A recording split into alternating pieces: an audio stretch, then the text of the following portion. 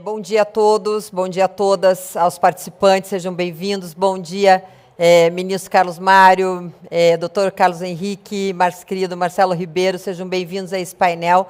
É um prazer enorme estar aqui com vocês. Eu quero dizer que o abuso de poder é um tema que permeia o direito eleitoral há anos nós discutimos o tema e ele é sempre, a cada dia, renovado por conta do que a eleição e a forma da eleição no Brasil nos traz.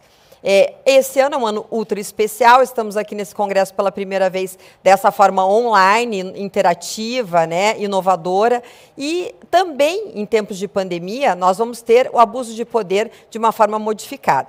Então eu vou apresentar para vocês os nossos painelistas agora desse painel da manhã sobre abuso de poder em tempos de pandemia e em seguida já passo a palavra a eles. Então, nós temos o ministro Carlos Mário Veloso Filho, vai ser o nosso primeiro painelista. É ministro hoje substituto do TSE, advogado em Brasília, membro do Conselho Superior do Instituto dos Advogados Brasileiros, tendo sido vice-presidente da OAB Distrito Federal e conselheiro federal da OAB.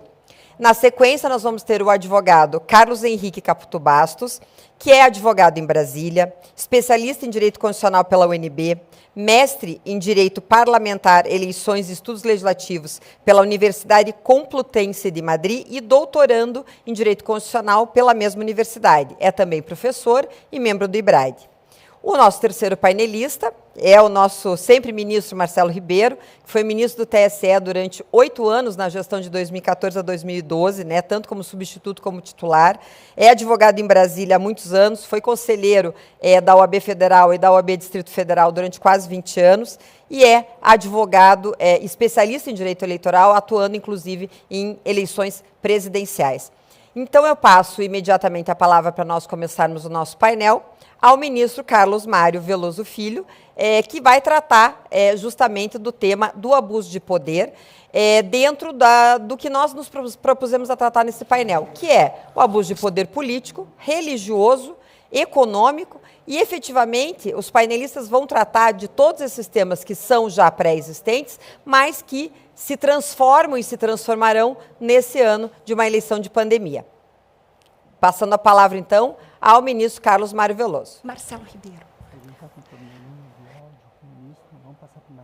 Então, ok. Gente, assim, interativo é interativo mesmo. Estamos com um problema de áudio com o ministro, tá? Então, eu vou passar a palavra primeiro para o ex-ministro Marcelo Ribeiro. É assim mesmo, ao vivo a gente tem que fazer assim. Marcelo, é com você, querido. Bom dia. Em primeiro lugar, eu quero agradecer muito o convite de, mais uma vez, estar aqui no Congresso Brasileiro de Direito Eleitoral.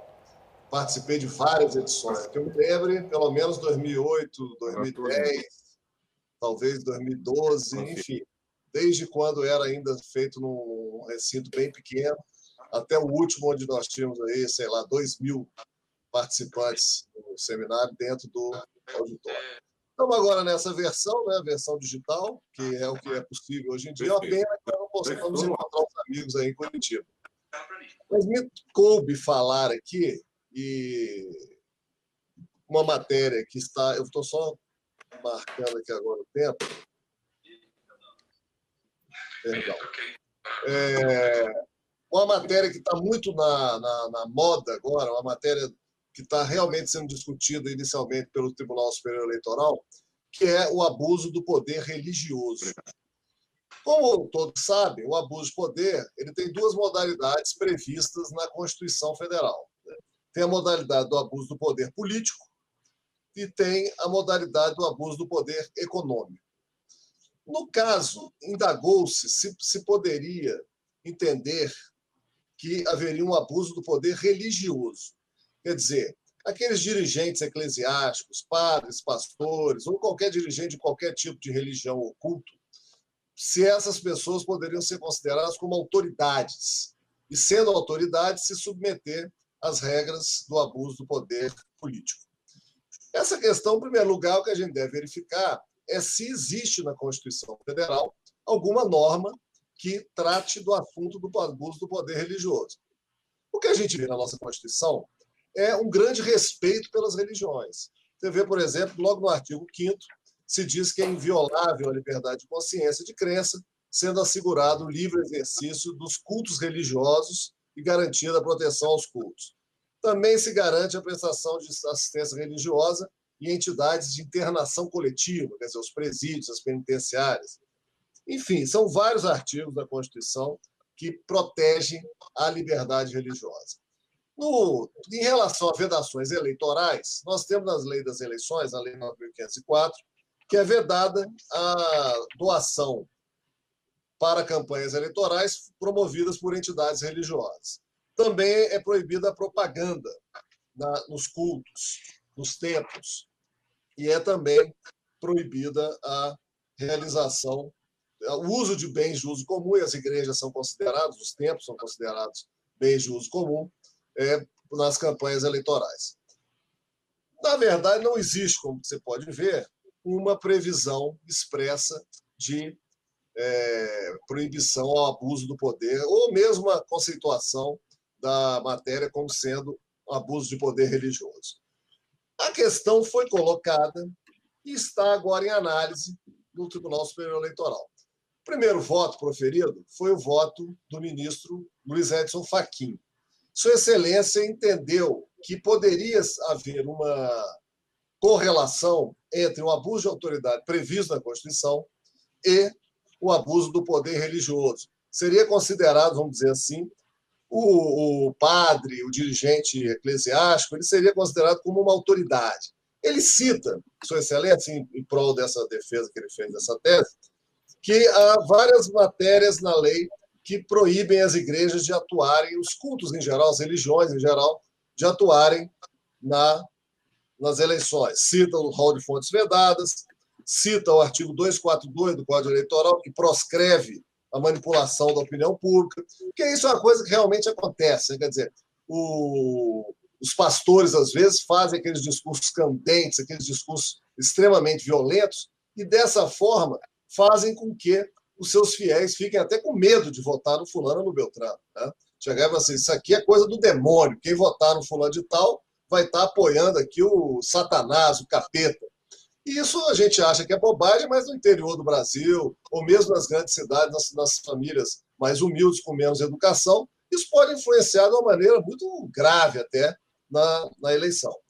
E o ministro, então, cita isso, cita também, entende ele que a ausência de previsão legal expressa não impede a tutela da legitimidade do pleito, então se poderia fazer essa espécie de consideração de existência do abuso do poder religioso, embora a lei não preveja. Citou o artigo 22 da lei complementar e, no caso concreto, entendeu que não haveria o abuso porque teria uma repercussão muito pequena o que aconteceu lá. Diz que o discurso foi proferido só uma vez no contexto de uma reunião realizada nas dependências de um templo, da Assembleia de Deus, com apenas 2 minutos. Enfim, entendeu que ali não haveria gravidade. Até essa questão da gravidade é um tema que, se houver espaço aqui, eu gostaria de abordar, mas, por enquanto, só abordarei a questão do abuso do poder religioso, até para que a gente tenha uma condição de abordar melhor as questões. Então, o que acontece? O ministro Fachin entendeu que era possível criar-se essa figura do abuso do poder religioso. Houve, então, o voto do ministro Alexandre de Moraes, que não acompanhou o ministro Fachin. O ministro Alexandre entendeu que não se poderia criar uma figura de abuso, que só aquelas já existentes na Constituição é que poderiam ser consideradas, e o ministro Tarcísio Vieira de Carvalho Neto pediu vista. O ministro Tarcísio trouxe um belo voto. No voto de Sua Excelência, ele entende diferente do ministro Fachin. O que ele diz? Ele diz que a Constituição prevê que a lei complementar estabelecerá casos de inelegibilidade e diz, para afastar a influência do abuso do exercício de função, cargo ou emprego na administração direta ou indireta. Ou seja, a Constituição nem usa diretamente a expressão abuso de autoridade. Usa a expressão abuso do exercício de função, cargo ou emprego. Ora, abuso de função, cargo ou emprego não pode ser considerado como similar ao abuso do poder religioso. Então, Sua Excelência disse o seguinte, que quando a lei complementar foi editada, ela não extrapolou essa autorização constitucional, de modo que a lei previu o quê? previu o abuso de autoridade como um sinônimo de abuso no exercício de cargo, função ou emprego. Eu concordo plenamente com o entendimento de Sua Excelência. E citou até trechos da lei em que se verifica que essa expressão ela é sinonímia da outra. Veja, por exemplo, que no artigo 19 da lei disse o seguinte: as transgressões pertinentes à origem de valores peculiares, abuso do poder econômico ou político. Quer dizer, abuso do poder político, abuso do poder de autoridade, são todos eles sinônimos de quê? De abuso do exercício de função, cargo ou emprego. O que a Constituição quis proteger foi o eleitor do exercício indevido da máquina pública pelo candidato. Então, na verdade, quando se estabeleceu o abuso de autoridade, se estabeleceu com esse limite. E aí, Sua Excelência faz uma consideração, que eu acho a consideração muito importante, e que o Supremo Tribunal sempre tem tido em conta, que é no sentido de que a lei deve ser interpretada de acordo com a Constituição, e não a Constituição de acordo com a lei. Quer dizer, no voto do eminente ministro Fachin, que respeito muito, Sua Excelência o que fez? Ele pegou a lei e, de acordo com os termos da lei, fez uma ilação no sentido que aquela terminologia legal poderia abranger o abuso do poder religioso. E, na verdade, não é assim. Quer dizer, na verdade, a Constituição é que estabeleceu a proteção ao abuso do poder, ao abuso no exercício de cargo, emprego ou função pública. Então, o ministro Tarcísio prossegue, o voto dele é um voto muito profundo, cita direito estrangeiro, e aqui até uma coisa interessante, né? Ele faz uma análise do que seria importante proteger: a liberdade de expressão, a liberdade religiosa ou a lisura das eleições. Claro que tentando fazer uma composição, né, nessa ponderação. E ele cita os Estados Unidos da América, que eu acho interessante, que nos Estados Unidos a igreja pode se envolver na política. A igreja, quando eu digo aqui, é no sentido amplo. Quer dizer, qualquer tipo de religião pode se envolver politicamente, inclusive nas campanhas. Só que, se fizer isso, perderá a isenção fiscal. Veja que interessante. Quer dizer, é uma negociação. A igreja que quiser permanecer com a sua isenção fiscal não poderá participar da política. Aquela que participar perderá a isenção. Existem alguns países que se estabelecem, tendo em vista a exposição que se permite aos pastores, aos padres, aos dirigentes geral das igrejas, há alguns países que estabelecem inelegibilidades. Quer dizer, se o sujeito for dirigente eclesiástico, ele não pode se candidatar. Estabelece quarentena, 5 anos, em alguns países. Quer dizer, são questões bastante interessantes. Eu entendo, chegando assim na minha opinião, porque o tempo aqui também é curto, né? Eu entendo que a razão está com o ministro Tarcísio. Eu acho que se deve punir, na medida do possível, o abuso daquilo que for feito dentro das regras já existentes. Então, o abuso do poder econômico, então, o uso indevido dos meios de comunicação. Vocês veem, por exemplo, algumas igrejas, algumas religiões detêm concessões de televisão e de rádio. Então, se houver um abuso na utilização desses instrumentos, deve ser punido de acordo com a lei vigente. Quer dizer, o uso indevido do meio de comunicação. Não é necessário que se crie uma figura do abuso do poder religioso. Se chegar à conclusão que em um ou outro rincão do país, ou mesmo num bairro mais pobre de uma cidade grande, um determinado padre, um determinado pastor, com uma gravidade, com uma potencialidade, que eu entendo até hoje que se exige a potencialidade para punir o abuso do poder econômico, tenha influenciado de modo cabal os eleitores mediante coação, por exemplo, uma coação psicológica irresistível, tendo em vista o contexto, eu acho também que pode levar à anulação da votação, num caso como esse. Mas realmente é muito difícil e é inadequado que se crie um abuso do poder religioso a uma altura dessa, porque isso também passaria por um certo ativismo judicial, de criar uma figura que não está prevista na lei, não está prevista na Constituição, e eu acho que a legitimidade da eleição ela é importante, mas não se deve obter os bons resultados dessa análise a qualquer custo, quer dizer, criando-se figuras onde não existem. Então, na verdade, eu creio que esse julgamento está em andamento ainda. No momento, há 2 votos contrários à consideração do abuso do poder religioso, como eu disse, que é o do ministro Alexandre de Moraes e do ministro Tarcísio Vieira de Carvalho Neto, e o voto do ministro Fachin. O julgamento deve prosseguir, acredito eu, em breve. Foi retirado de pauta em razão do andamento da sessão. Enfim, eu teria muito a dizer, mas os outros também têm que falar, e eu agradeço essa primeira intervenção. Obrigada, ministro Marcelo Ribeiro. Então, a questão do abuso do poder religioso me parece uma questão nova, efetivamente, e o fundamentalismo religioso me preocupa bastante. Então, eu acho que essa discussão é essencial para que a nossa eleição acabe passando, efetivamente, por essa questão da introdução de grupos fundamentalistas dentro do nosso legislativo. Isso é uma preocupação minha, como advogada e como uma estudiosa eterna do direito eleitoral.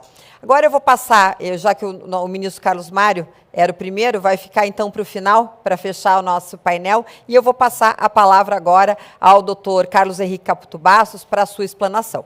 Doutor Carlos Henrique, é com você. Muito obrigado, Carla. Muito bom dia a todos e a todas. Inicialmente, gostaria de saudar a todos os colegas do IPRAD, na pessoa de sua presidente, a doutora Ana Carolina Camargo Cleve, e também do doutor Guilherme Gonçalves. Obviamente, parabéns pelo belíssimo evento, certamente o evento mais representativo do direito eleitoral no país. Gostaria de agradecer também a comissão organizadora, na pessoa do doutor Luiz Fernando Casagrande, e agradecer a curadora do nosso painel, a doutora Gabriela Hollenberg. Cumprimento também, de maneira efusiva, os ministros Carlos Mário Veloso Filho, o ministro Marcelo Ribeiro, e certamente registro que é uma honra para mim compor tão prestigiosa bancada. Estamos tratando certamente de um dos temas mais importantes para a eleição, um tema absolutamente importante para que discutamos aqui a possibilidade dos limites em relação ao abuso que muitas vezes permeia a disputa eleitoral e, no contexto de pandemia, certamente poderá trazer, obviamente, nuances importantes no que diz respeito à igualdade de oportunidades dos candidatos. A própria caracterização do abuso, que é o uso excessivo ou imoderado de poderes, ainda que por meios legais, causa, obviamente, dificuldade na análise da matéria. Muitas vezes eu me lembro ainda... nos idos de 2008, discutia-se a própria natureza do abuso de poder nas eleições e se discutia naquela oportunidade, no caso de Umburanas, a própria simbiose que havia entre o abuso de poder político e o abuso de poder econômico. Se caminhou, obviamente, para uma caracterização por meio de uma nova legislação, talvez de uma contextualização diferente no que diz respeito a esse abuso, quer dizer, saiu o critério de proporcionalidade para o critério de gravidade, exatamente no meu modo de ver, para abarcar situações em que ainda que matematicamente não se considere relevante o número de votos que poderiam ter sido alcançados por meio daquela conduta abusiva, a própria gravidade em si poderia ser aferida pelo juízo no que diz respeito à hipótese de ocorrência, e eu acho que aqui talvez me permita já fazer uma primeira provocação, porque o ministro Marcelo Ribeiro já declinou que certamente trará luzes sobre o tema, mas eu penso que talvez a caracterização do abuso passe pela gravidade, como eu comentei, na hipótese de ocorrência, mas como critério de decisão, necessariamente ainda terá que se valer da proporcionalidade, exatamente para que verifique se essa igualdade de oportunidades foi maculada pelo uso desproporcional, ainda que legal,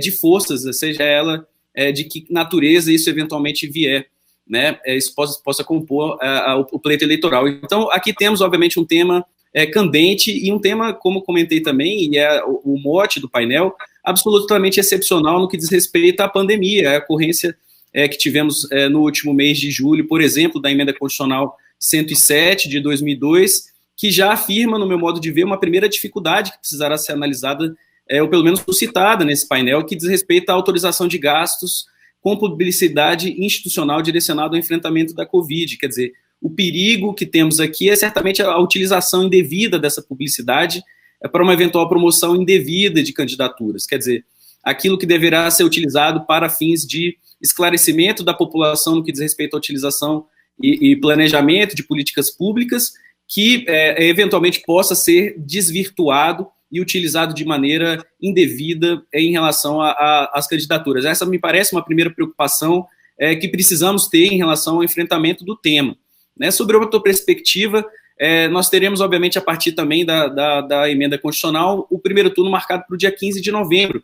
Isso quer dizer que no último dia 15 de agosto iniciou-se o período de condutas vedadas. Mas é preciso, obviamente, a partir desse contexto excepcional que vivemos, fazermos uma leitura em relação, pelo menos, ao parágrafo 10º do artigo 73, no que diz respeito à distribuição gratuita de bens e valores ou benefícios por parte da administração pública.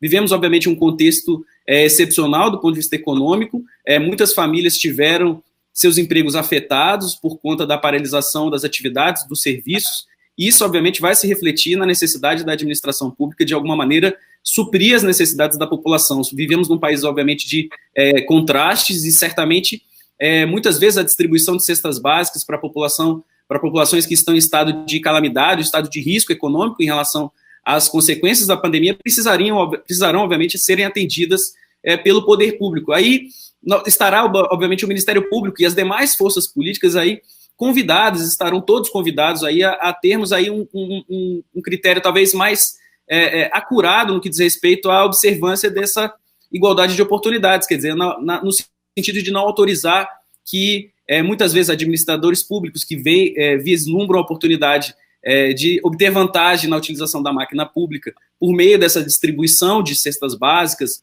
ou de álcool em gel, ou de materiais, por exemplo, hospitalares, como máscaras, quer dizer, itens que, obviamente, num contexto como o atual, certamente precisam alcançar a população num breve espaço de tempo, mas que, a partir daí, necessariamente não poderão ser utilizados como ferramenta de desequilíbrio do pleito, né? Eu teria, talvez, algumas outras observações. Esse artigo, parágrafo 10º do artigo 73, obviamente precisa ser lido em conjunto com o inciso 4º, no que diz respeito à impossibilidade de permitir o uso promocional em favor de candidato, partido político ou coligação da distribuição gratuita desses bens ou serviços de caráter social, custeados pelo poder público, mais uma vez, de maneira que, obviamente, exista uma certa separação no que diz respeito à necessidade da administração pública de atender a essa população em estado de necessidade, mas também não ter, obviamente, mais uma vez, dentro desse contexto, vantagem política eleitoral.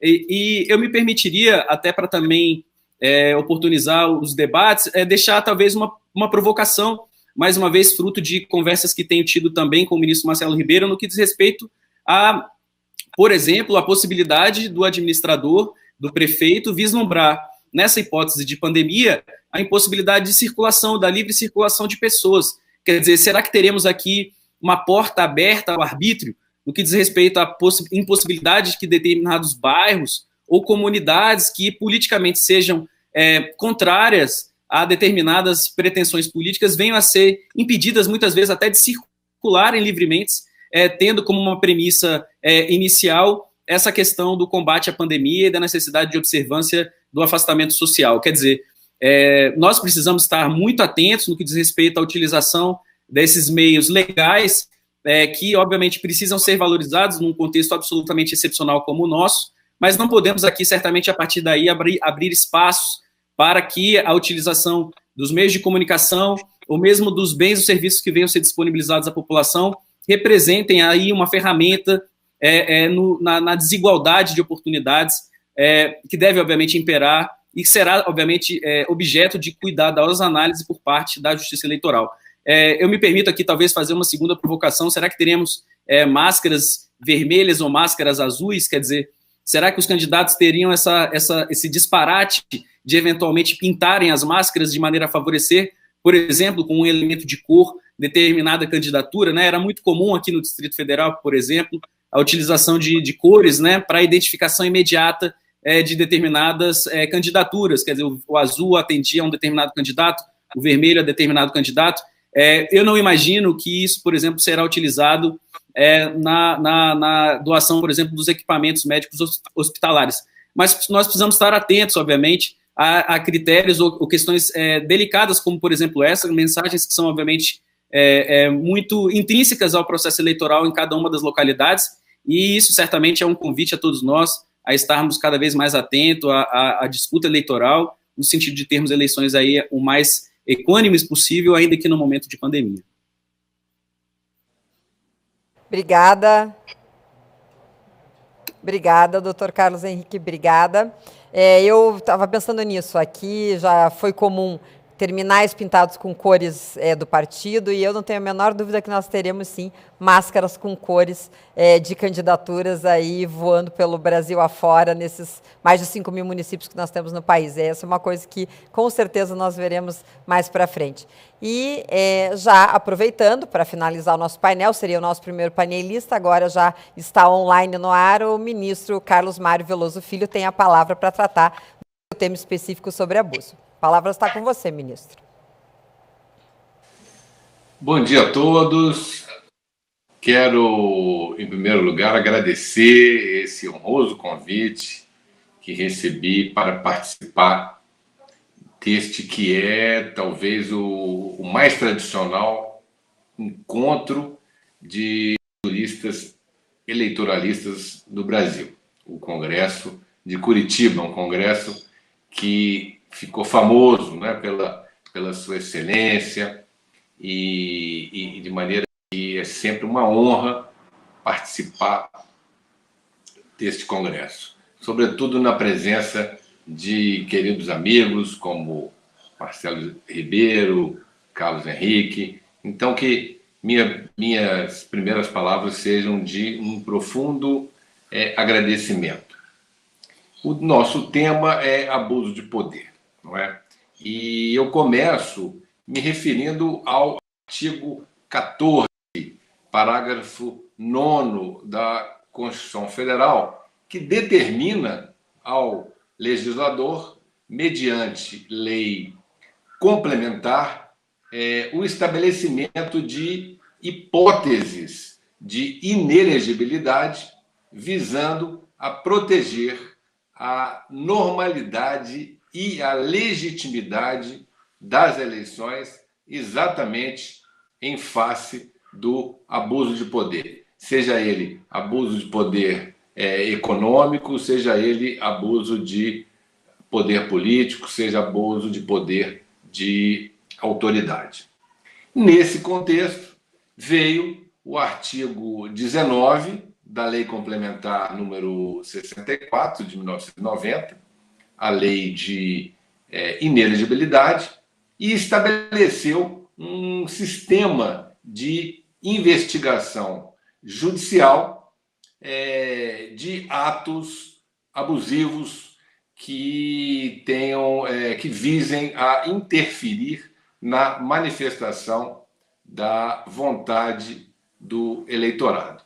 E no artigo, e no parágrafo único desse artigo 19, a exemplo do que já fizera o Constituinte, esclarece-se expressamente que o objetivo desse sistema de investigação judicial eleitoral esse objetivo seria exatamente proteger a normalidade e a legitimidade do pleito eleitoral. Parece, portanto, não haver dúvida nenhuma que, para que seja enquadrado como abuso de poder, o ato, a conduta do infrator de ter influenciado, né, ter repercutido na normalidade e na legitimidade do pleito. Tanto a Constituição quanto o legislador complementar se valem de conceitos indeterminados, né, fluidos, no caso, normalidade e legitimidade do pleito. Em que medida, a partir de que momento uma conduta se pode dizer que determinada conduta repercutiu na normalidade ou na legitimidade do pleito, ensejou uma anormalidade, um pleito eleitoral anormal ou ilegítimo. Como sempre acontece no direito, há vantagens e desvantagens no uso de conceitos fluidos, de conceitos indeterminados. A vantagem é que permite ao intérprete, concede ao intérprete uma liberdade maior para analisar os casos concretos, sempre, evidentemente, tendo por base o princípio da razoabilidade. E, com isso, no caso concreto, se permite um controle mais efetivo do abuso de poder eleitoral. Mas há também desvantagens.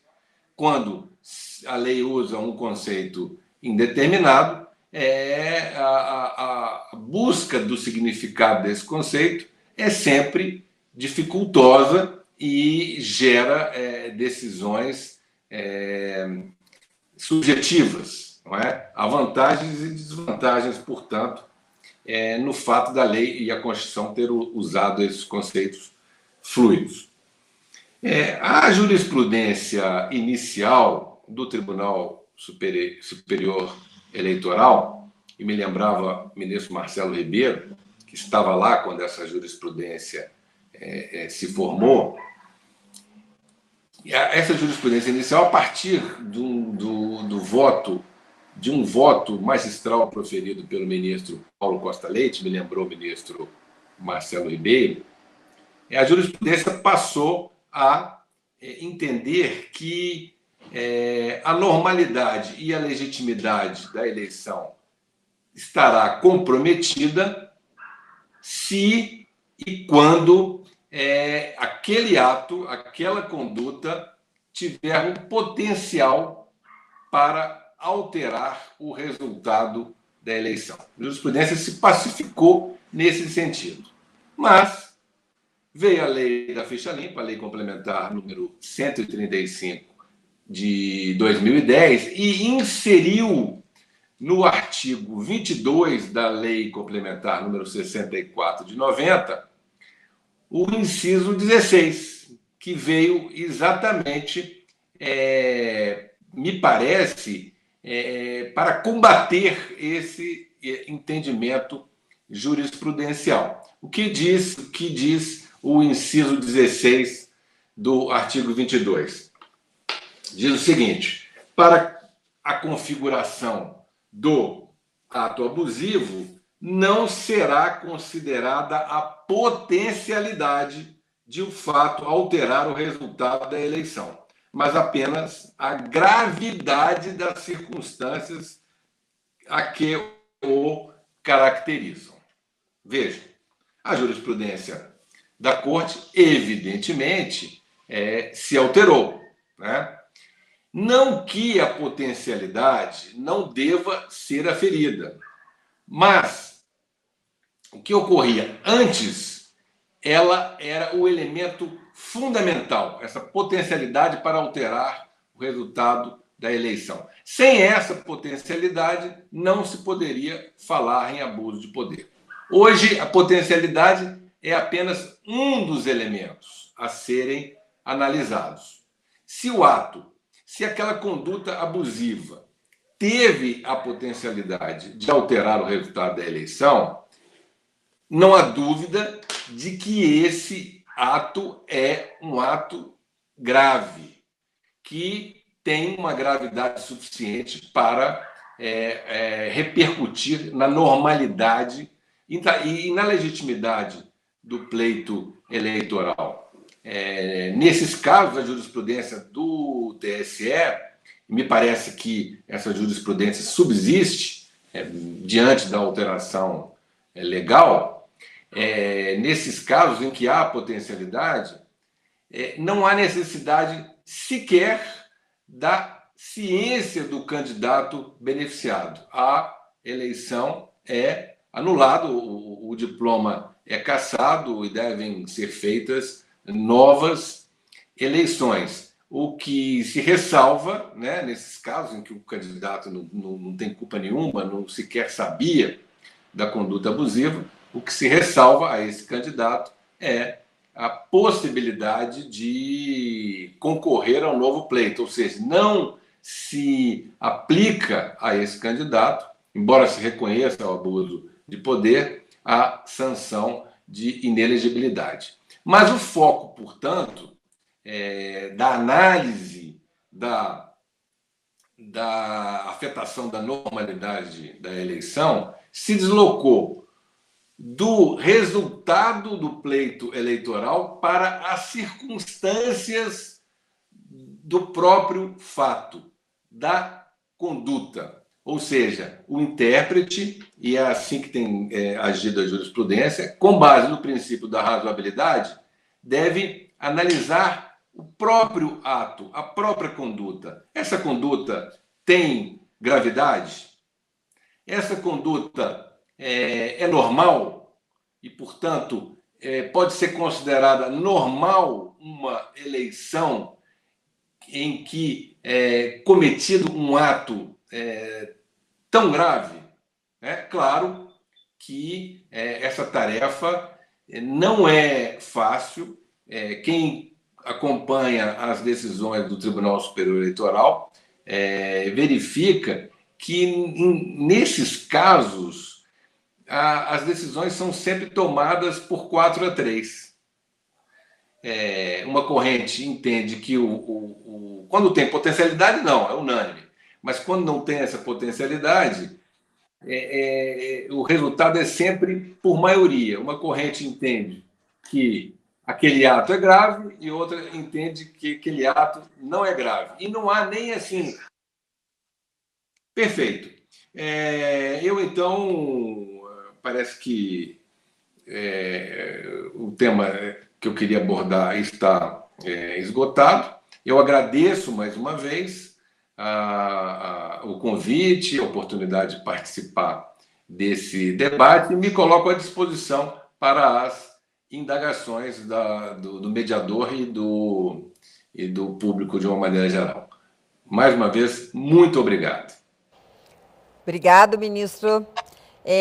Agora nós vamos passar para as perguntas que foram originalmente formuladas agora pela nossa curadoria e, na sequência, por perguntas que vocês, participantes que estão nos vendo, vão nos encaminhar. Então, primeiramente, seguindo a sequência aqui do nosso painel, eu vou passar para o ministro Marcelo Ribeiro, nosso eterno ministro Marcelo Ribeiro, a questão do abuso de poder religioso.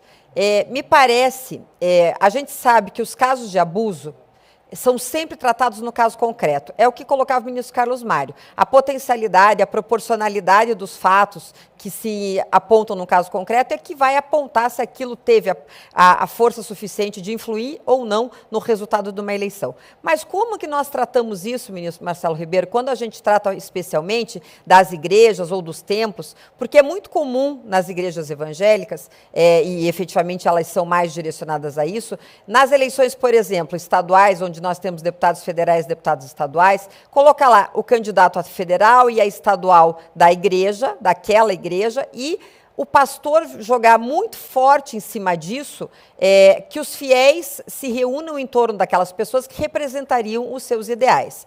Até que ponto nós invadiremos a esfera pessoal do eleitor de escolher alguém que o representa, que é um fator legítimo, né, de representatividade, de alguém que representa aquilo que ele acredita. Então, a ponto de a gente ter uma extrapolação até no uso indevido dos meios de comunicação, quando nós temos igrejas muito grandes que acabam tendo acesso aos meios de comunicação, como televisão e rádio, principalmente a televisão. Então, dentro desse contexto, como que você acha que nós trabalharemos, ou o direito eleitoral, ou nós, atores do direito eleitoral, trabalharemos a questão do abuso de poder religioso nessa eleição e na sequência, nas próximas? Veja bem, eu sou muito preocupado com essa influência que você narra. Quer dizer, principalmente nos locais onde a educação é menos divulgada, quer dizer, onde as pessoas são menos educadas, né? Educadas no sentido de terem informações para poder questionar aquilo que é colocado pelo pastor, pelo padre, pelo dirigente de qualquer religião. Mas eu também sou muito preocupado com a intervenção do judiciário nas eleições. E eu acho que nós já temos métodos e instrumentos demais até. Eu conversava ontem até com o Carlos Mário a respeito disso. Eu comecei a advogar na Justiça Eleitoral em 89. Nessa época, não havia punição nenhuma. A única maneira que havia de se punir um candidato era mediante a ação de investigação judicial eleitoral, quer dizer, abuso de poder econômico, abuso de poder e autoridade. E naquela época a pena era uma pena de inelegibilidade de 3 anos, contada a partir da eleição. Então, tinha que haver o trânsito em julgado para aquilo ter algum efeito em termos de inelegibilidade. Esse trânsito em julgado nunca chegava. Quando o processo chegava ao Tribunal Superior Eleitoral, já estava prejudicado. E para cassar o mandato, teria que a sentença ter sido proferida antes da eleição. Então, era uma impunidade total. Isso foi criando um mal-estar no meio jurídico eleitoral e um mal-estar na toda a cidadania brasileira, que gerou, a primeira reação foi o artigo 41A. O artigo 41A ele surgiu de iniciativa popular e a assinatura número 1 foi a do ministro Ilmar Galvão. O ministro Ilmar Galvão era o presidente do Tribunal Superior Eleitoral na época. O 41A, se você for pensar, na época eu recebi o 41A, toda a comunidade jurídica eleitoral recebeu com muita alegria, com muita empolgação. Hoje eu não tenho empolgação mais nenhuma com o 41A. Quer dizer, na verdade é uma bomba atômica. Você saiu de uma impunidade absoluta para um punitivismo exagerado. Quer dizer, faz sentido? Pensemos bem. Nós temos a eleição aí, vamos supor, para governador do estado de São Paulo. A eleição é vencida com uma diferença de mais de 1 milhão de votos. Aí se comprova, cabalmente, que o candidato eleito comprou ele próprio, pessoalmente, 10 votos. Prova cabal e irrefutável. Ele mesmo foi lá e deu dinheiro para comprar 10 votos. Faz sentido você cassar o mandato de um governador que ganhou com mais de 1 milhão de votos de diferença por causa de 10 votos que ele comprou? Você, não, mas é um fato muito grave que aconteceu. Sim, para isso tem o artigo 299 do Código Eleitoral, quer dizer, é um crime eleitoral a compra de voto. E se a gente estiver procurando santos para exercer a política, eu temo que a gente não encontre em número suficiente. Quer dizer, nós temos aí 5.600 municípios, mais ou menos, por aí, né? 5.570, coisa assim. Temos 27 unidades da federação, deputados. Quer dizer, achar só santos para exercer essas funções, acho difícil que a gente consiga. Então, na verdade, também, outra preocupação que eu tenho é a tutela exagerada do eleitor. Nós já temos hoje, como eu estava dizendo, a questão do pêndulo, né? Saímos da impunidade para o punitivismo. Nós temos hoje 41A, basta comprar um voto para perder o mandato. Nós temos as condutas vedadas, que são várias. Temos o artigo 30A, que é captação e gastos ilícitos em campanha. E aí temos a lei da ficha limpa, que estabeleceu essa gravidade no lugar da potencialidade. Eu aqui, uma pequena discordância muito rápida com o ministro Carlos Mário. Na verdade, eu verifiquei os acordos mais recentes do tribunal, tem vários aqui anotados, e o que eu vejo? O tribunal fala em gravidade, mas apura a potencialidade. Fala assim, gravidade que chegue a infirmar o resultado da eleição de modo a conspurcá-la, etc. e tal. Quando você vai ver os acordos estão dizendo assim, houve pouca divulgação, os eleitores que receberam a mensagem foram poucos. Então, isso o que é? É potencialidade. Quer dizer, e está certo. Mas o tribunal tem que fazer isso. Por que eu estou dizendo tudo isso? Estou dizendo tudo isso para dizer que, na verdade, a justiça eleitoral tem que ter cautela e respeitar muito a vontade do eleitor. É claro que não é a qualquer custo. Mas, então, quando se trata de criar figuras novas, de interpretar de maneira elástica as leis, para criar mais restrições, eu sou contra.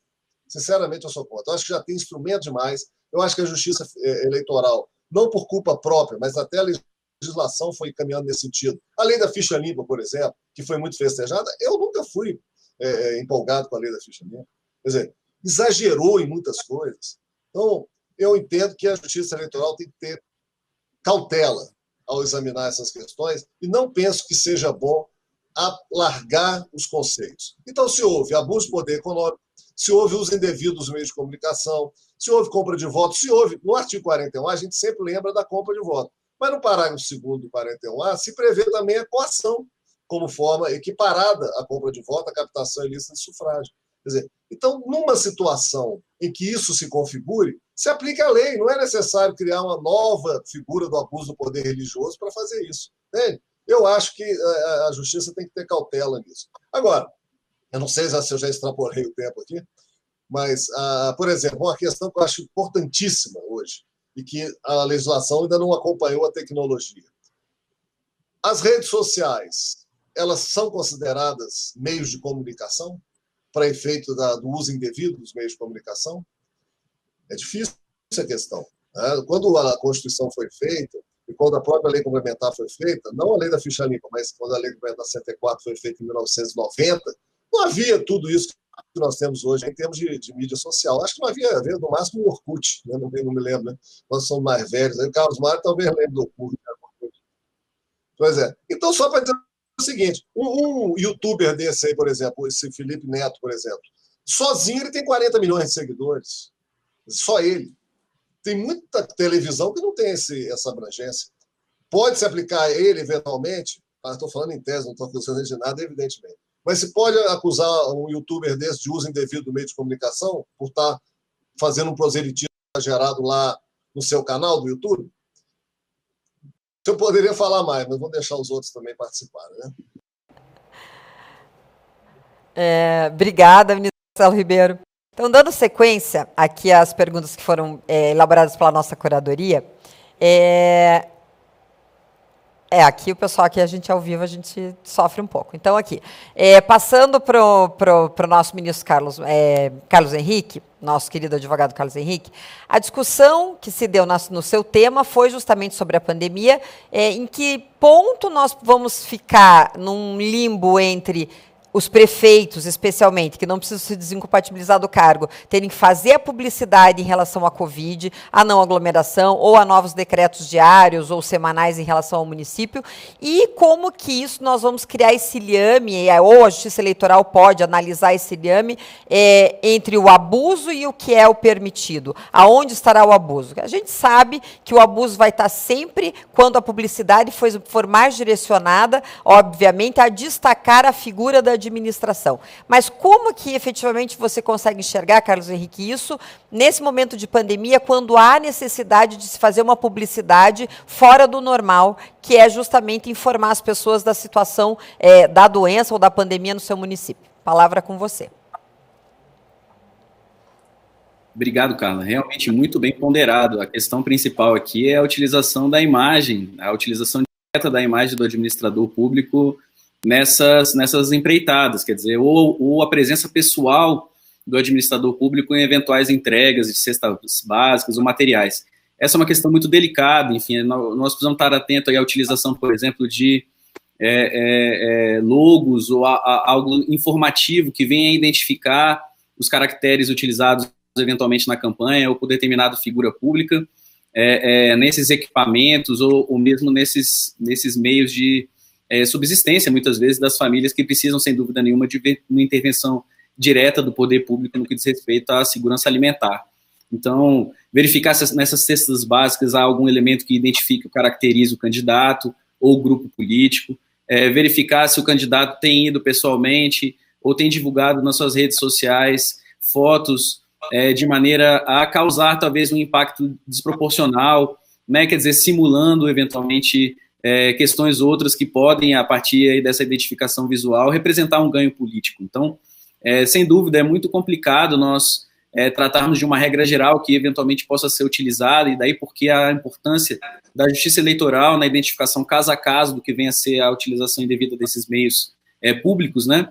E, sem dúvida, a presença do Ministério Público no que diz respeito à necessidade de um equilíbrio entre as forças políticas, quer dizer, também não desequilibrando o pleito no sentido de fazendo a mesma coisa que muitas vezes a administração pública faz com a iniciativa privada, que nós vamos, obviamente, combater de maneira eficaz essa pandemia. Nós precisamos, sim, do altruísmo das pessoas, que sejam, sim, mobilizadas forças não só públicas, mas também privadas no combate aos efeitos dessa pandemia, principalmente econômicos e de saúde pública, mas do ponto de vista político, os atores, principalmente os partidos políticos e o Ministério Público, precisam, sim, estar atentos aí a iniciativas que eventualmente venham a desequilibrar, utilizar de maneira indevida, ainda que num momento tão delicado, infelizmente nós estamos sujeitos a pessoas que, enfim, têm essa pretensão política acima de qualquer outra ética, e que se valem, obviamente, dos instrumentos que estão à disposição dos administradores públicos para o enfrentamento dessas questões.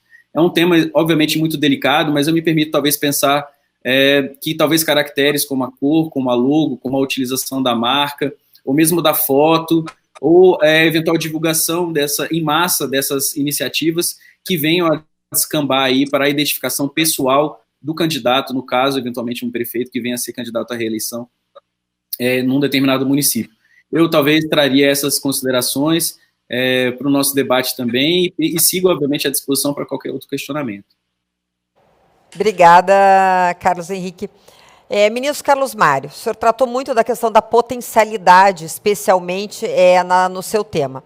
Como nós vamos tratar em relação à proporcionalidade, vamos tratar aí como proporcionalidade, nas questões relativas a esse ano sobre o assistencialismo quanto à pandemia?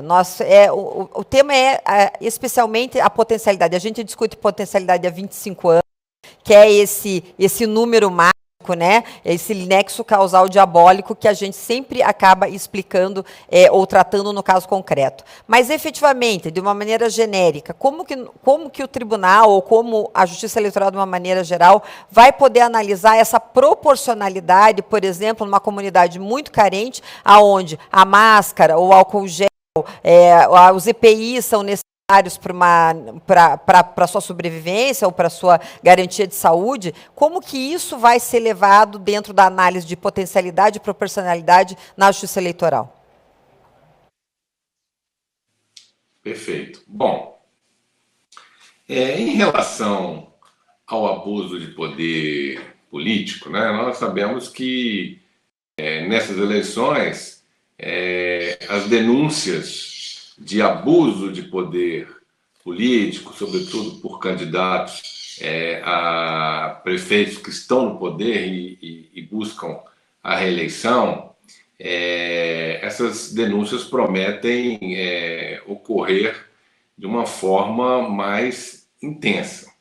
Mas eu acredito que nós temos, nos artigos 73 a 78, um ferramental suficiente para o combate desses abusos que certamente virão a ocorrer, tendo em vista que, devido à pandemia, aquela população mais carente tem acentuada, né, essa carência. E em relação as condutas vedadas, né, que estão lá nos artigos 73 a 78, não é necessário para a sua punição, e as punições são graves, lembra bem o ministro Marcelo Ribeiro, as punições, não há constituição de inelegibilidade como efeito direto, embora a inelegibilidade seja um efeito secundário da condenação, mas não se exige sequer gravidade. Não se exige potencialidade para alterar o resultado da eleição e não se exige sequer gravidade da conduta. Basta que o administrador público incorra, pratique uma daquelas condutas que são expressamente vedadas. E eu dizia que a lei, o Instituto das Condutas resolve bem o problema, né? Nós temos, por exemplo, a proibição de admissão de servidores nos 3 meses que antecedem o pleito, até a posse dos eleitos. Mas é verdade que a própria lei abre exceções, vão ser utilizadas nessa época de pandemia, né? A exceção para a admissão de servidor diz com a necessidade do funcionamento de serviços inadiáveis. Mas, nesse caso, o prefeito vai ter que autorizar expressamente. A própria norma que estabelece a exceção toma esse cuidado. É preciso, para se valer dessa exceção, de uma autorização expressa do chefe do Poder Executivo, que vai, certamente, pensar 2, 3 vezes antes de cometer algum excesso. Outra conduta vedada, transferência voluntária de recursos entre entes da federação. A lei abre exceções, né, para estado de emergência e calamidade, mas nós sabemos que esse estado de emergência ou de calamidade ele tem que ser previamente decretado pelo instrumento normativo próprio, lei ou decreto, conforme o caso. Enfim, propaganda institucional, a exceção, diz com a grave necessidade, e essa grave necessidade pública deve ser previamente reconhecida pela Justiça Eleitoral. A questão do pronunciamento em cadeia de rádio e televisão. Realmente há exceções para matéria urgente, que serão exceções que serão utilizadas aí, certamente, nessa campanha eleitoral. Mas e a questão da distribuição gratuita de bens e valores e benefícios sociais, já mencionada pelo doutor Carlos Henrique. Também só em caso de calamidade e estado de emergência, previamente decretados pelo ato normativo próprio. Esses atos, sempre que se valer dessas exceções, o administrador público deve motivar o seu ato, né? Exatamente para possibilitar o rígido controle por parte da Justiça Eleitoral. E terminando, eu termino exatamente com uma lembrança do doutor Carlos Henrique. Em nenhum caso, né, não há nenhuma exceção que autorize o uso promocional dessas condutas administrativas que serão adotadas. Se houver o uso promocional, pode haver a cassação do diploma do candidato beneficiado. De maneira que eu entendo que, nesse caso, o instrumental, nós temos legislação, uma boa legislação para combater o abuso do poder político. Obrigada, ministro Carlos Mário. Esse foi o nosso painel sobre abuso de poder. Como vocês podem ver, nossos participantes, o abuso de poder é discutido há mais de 25 anos e ele é um tema que continua eterno para o nosso eleitoral. A gente discute novas formas e as antigas formas, mas eu gosto de lembrar, o ministro Sepúlveda Pertence sempre dizia o que é a potencialidade, que é o número, né, um nexo diabólico, difícil de alcançar, e principalmente o abuso. O abuso é o que salta aos olhos. Então, quando a gente fala abuso, a gente discute muito temas teóricos, mas o abuso sempre salta aos olhos. Então, eu queria agradecer muito aos nossos painelistas, ao ministro Carlos Mário, ao doutor Carlos Henrique, ao ministro Marcelo Ribeiro, meu querido amigo Marcelo Ribeiro, pela participação de vocês, essencial novamente nesse nosso 7º Congresso Brasileiro de Direito Eleitoral, e agradecer a participação de todos vocês. Só um detalhe, nós tínhamos uma pergunta de um participante nosso, do Edra Marasquim, mas ela já foi respondida dentro das perguntas que nós fizemos inicialmente. Então, Edra, acho que você já está respondido aí. Obrigada, bom dia.